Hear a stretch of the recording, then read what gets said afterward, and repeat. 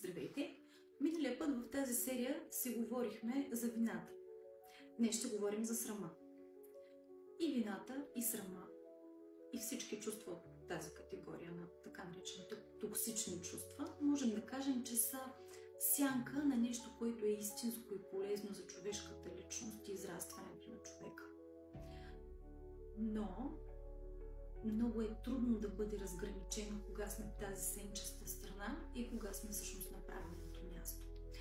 Ако вината е сенчестата страна на поемането на отговорност, то срама, за който ще говорим сега, е сянката на съвестта. И какво имам предвид? Когато се срамуваме, много често чувството е сякаш изгаряме, сякаш се разпадаме, сякаш съществото ни по някакъв начин е застрашено. Но всъщност това, което е застрашено, е нашата собствена представа за себе си или нашето его. Обратно, какво е съвестта? Съвестта е чувството, че аз съм човек и ти си човек и другия е човек. И по някакъв начин нашата човечност бива накърнена и наранена от нечие действие, в случая вероятно моето, след като аз понасям този срам. И така, ние можем да се срамуваме от различни неща.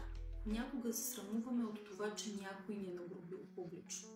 Защо всъщност това, което другия казва, ме разрушава? Защото аз разчитам на една фикция, на една измислица, на един вътрешен разказ за мен да бъде моето реално аз. Нямам истинското чувство за себе си, което е неразрушимо от думи или от това какво е казал някой друг. Така че ако и ти имаш проблеми с срама, вероятно имаш проблем с това истински да чувстваш и преживяваш себе си и своята ценност. Аз бих могла да ти помогна.